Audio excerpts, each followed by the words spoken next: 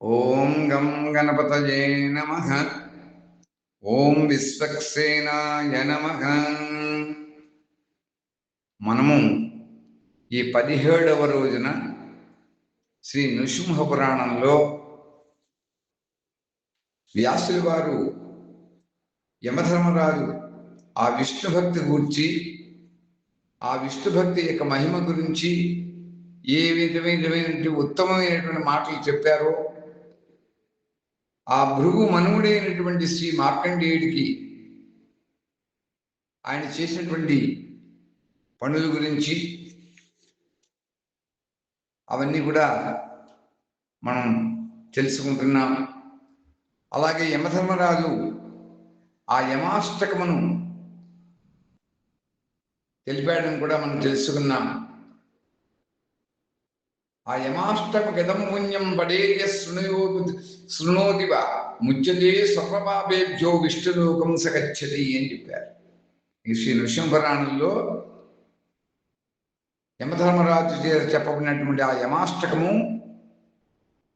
అది విష్ణు భక్తిని పెంపొందించేటువంటిది. ఆ యమదూతలందరికీ కూడా చెవిలో రహస్యంగా ఈ యమాష్టకం అని చెప్పాడు. మనందరం కూడా సద్గురువుల ద్వారా యమాష్టకం కనుక తెలుసుకుని పారాయణ చేసి అపమృత్యు పీడను తొలగించుకుని విష్ణుమూర్తి ఎందు భక్తి గల వారిని ఉండాలని ఈ యొక్క నృసింహపురాణంలో తెలుపబడిందని తెలియజేస్తూ, నమస్తే నారసింహాయ నమస్తే గుణసింధవే నమస్తే సార్వభౌమాయ జయ జయ లక్ష్మీ నారసింహాయ తే నమః. నీ మీద కీర్తనల్ నిత్యగానము చేసి రమ్యమందింపనారదుడగాను సవధాన్బుగా నీ చరణ పంకజ సేవ సల్పి మెప్పింపగ శబరిగాను బాల్యమప్పటి నుండి భక్తి నీయందున కల్గగను ప్రహ్లాదగనుడగాను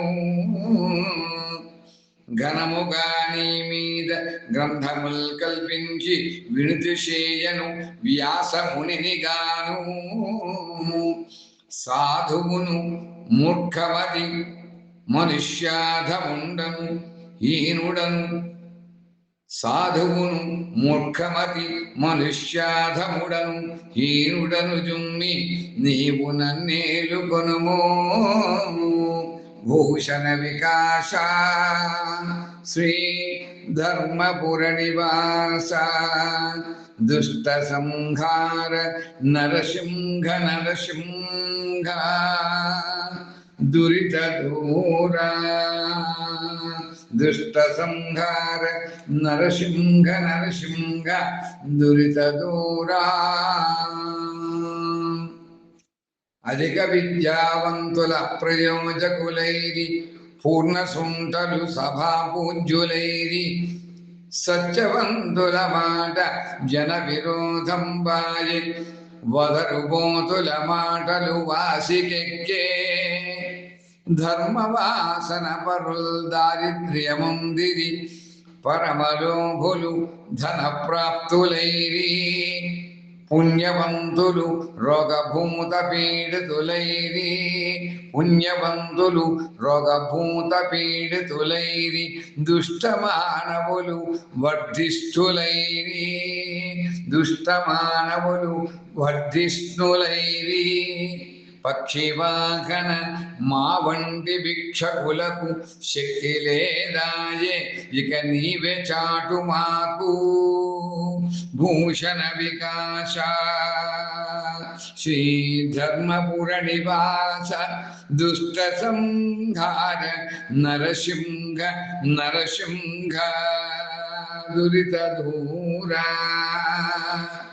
అని శ్రీ నరసింహస్వామి వారికి శతకంలో తెలిపినట్లుగా మనం అందరం కూడా భక్తి శ్రద్ధలతో నరసింహస్వామి వారి యందు మనం శరణాగతి చేసుకుందాం. ఏ విధంగా యమకింకరుడు విష్ణుమూర్తి యందు హరినామ మనస్సును నిలిపి వారు ఆ హరినామస్మరణ యందు కూడా వారు యముడి యొక్క ఆజ్ఞ చేత వారు ఆ విధంగా చేశారో మనం కూడా అదే విధంగా భగవన్నామస్మరణ చేసి శరణ కోరుకుందామని తెలియజేస్తూ ఈ రోజున వ్యాసులు వారు చెప్పినట్లుగా తదుపరి పురాతనమైనటువంటి ఆ భృగు మనముడైనటువంటి మార్కండేయుని యొక్క తదుపరి అంశాలను తెలియజేసుకుంటున్నాం. మార్కండేయుడి యొక్క వివాహం, క్షీర సముద్రంలో భగవంతుడి యొక్క దర్శనం, అటువంటి అంశాలని తెలియజేస్తున్నారు. అలా మహాముని అయినటువంటి మార్కండేయుడు శ్రేష్టమైనటువంటి వ్రతం వల్ల మృత్యువుని జయించి తండ్రి దగ్గరికి వెళ్ళాడు. భృగువు యొక్క మాట ప్రకారం ధర్మపూర్వకంగా పెళ్లి చేసుకుని వేదశిరుడు అనేటువంటి ఒక కుమారుణ్ణి కన్నాడు.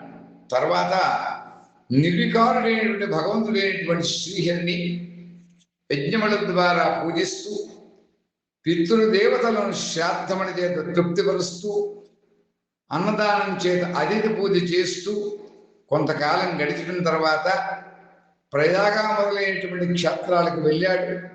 అక్కడ శ్రేష్టమైనటువంటి త్రివేణి సంగమంలో స్నానం చేశాడు. అలా మహా తేజస్శాలి అయినటువంటి మార్కండేయుడు అక్షయమైనటువంటి వటవృక్షం కింద తపస్సును ప్రారంభించాడు. పూర్వము ఎవరి యొక్క దయచేత మృత్యువుని జయించాడో ఆ దేవాది దేవుడి యొక్క దర్శనం కోరుతూ గొప్ప తపస్సును ప్రారంభించాడు మార్కండేయుడు. అలా చాలా కాలం వాయువక్షంతోనే తన శరీరాన్ని కృషింపజేస్తూ మహాబుద్ధివంతుడు అయినటువంటి మార్కండేయుడు ఒక రోజున గంధం, పుష్పములు మొదలైనటువంటి పూజా సామగ్రితో శ్రీ వేణి మాధవుణ్ణి పూజించాడు. అతని ఎదుట ప్రశాంతమైనటువంటి మనస్సుతో నిలబడి హృదయంలో శంఖచక్ర గదాధారి గరుడ ధ్వజుడు అయినటువంటి విష్ణుమూర్తిని ధ్యానిస్తూ స్తోత్రం చేశాడు. ఆ స్తోత్రాన్ని భక్తి శ్రద్ధలతోటి మహావిష్ణువుని పూజించాడు అని ఈ యొక్క నృసింహపురాణం ద్వారా మనం తెలుసుకుంటున్నాం. అంతేకాదు, ఏ భగవంతుడు నరుడు, నరసింహుడు, నరనాథుడు ఎవని యొక్క భుజంబులు పొడవుగా ఉండి కన్నులకు వికసించినటువంటి పద్మముల వలె విశాలములు, ఎవరి యొక్క పాద పద్మములు సమస్త రాజుల చేత కూడా పూజించబడతాయో అటువంటి పురాతనమైనటువంటి పురుషుడైనటువంటి విష్ణువులకు నమస్కరిస్తున్నాను. ఓ ప్రపంచ రక్షక, క్షీర సముద్రంలో నివసిస్తున్నవాడు, చేతిలో శాంగమనేటువంటి ధనుష్యును ధరించిన వాడు, మునుల యొక్క సమూహం చేత నమస్కరించబడేటువంటి వాడు, లక్ష్మీదేవికి భర్తగా ఆమెను ఎల్లప్పుడూ కూడా వక్షస్థలంలో హృదయమందు ధరిస్తాడు. అటువంటి సర్వసమర్థుడైనటువంటి వాడు, సర్వేశ్వరుడైనటువంటి వాడు, అనంత తేజోమయుడు అయినటువంటి ఆ భగవంతుడైనటువంటి గోవిందునకు సదా నమస్కరిస్తున్నాను అని మార్కండేయుని యొక్క ప్రార్థనలో తెలియబడింది. మరలా అంటున్నాడు, జన్మ లేనటువంటి వాడు, కోరదగినటువంటి వాడు, జనుల యొక్క సర్వ దుఃఖములను కూడా నాశనం చేసేటువంటి వాడు, గురువు, పురాతనుడు, పురుష శ్రేష్ఠుడు, పురుష సూక్తంలో చెప్పినట్టుగా పురుష శ్రేష్ఠుడు, అందరికీ కూడా ప్రభువు, 1000 సూర్యుల యొక్క కాంతితో సమానమైనటువంటి వాడు, నాశరహితుడు అయినటువంటి ఆ ఆది మాధవుడైనటువంటి భగవంతునికి నేను భక్తితో నమస్కరిస్తున్నాను.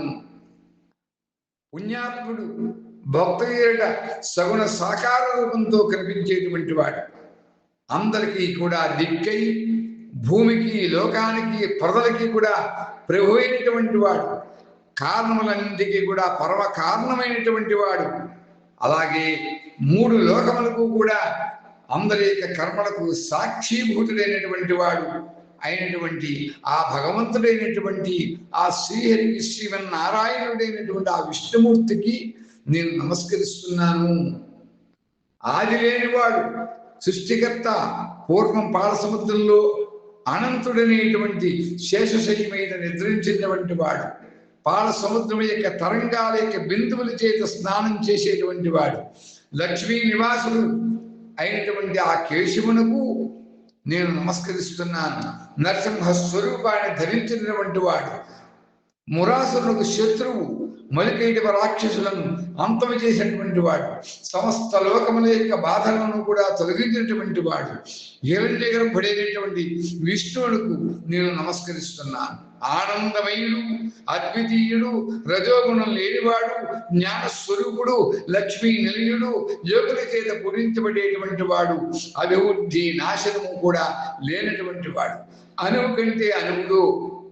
అట్టి భక్తుల మీద అణువు కంటే అణువు అన్నట్లుగా అటువంటి భక్తుల మీద ప్రేమగలైనటువంటి దయాస్వరూపుడైనటువంటి భగవంతుడైనటువంటి విష్ణుమూర్తికి ఆ శ్రీమన్నారాయణకి నమస్కరిస్తున్నాను అని ఈ యొక్క నృసింహ పురాణంలో మార్కండేయకృతమైనటువంటి ఈ మాధవ స్తోత్రంలో తెలుపబడింది అని తెలియజేస్తూ, ఈ మహావిష్ణు స్తుతి మార్కండేయకృతమైనటువంటి ఈ మహావిష్ణు యొక్క స్థుతిలో దాని యొక్క భావార్థం ఈ రోజు మనం తెలుసుకున్నామని తెలియజేస్తూ, మనం కూడా మార్కండేయుని వలె చక్కగా భక్తి శ్రద్ధలతో నారాయణ స్తుతిద్దాం. ఆయురారోగ్య భోగభాగ్య సౌఖ్యములతో మనం అందరం కూడా విరాజిల్దామని తెలియజేస్తూ, ఆయన యొక్క శరణాగతి కోరుకుంటూ మరొకసారి స్వస్తి తెలియజేసుకుంటున్నాం. స్వస్తి ప్రజాభ్య పరిపాలయంతాం న్యాయేన మార్గేణ మహిం మహీషాః గోబ్రాహ్మణేభ్యః శుభమస్తు నిత్యం. లోకాః సమస్తాః సుఖినో భవంతు. ఓం స్వస్తి, ఓం స్వస్తి, ఓం స్వస్తి.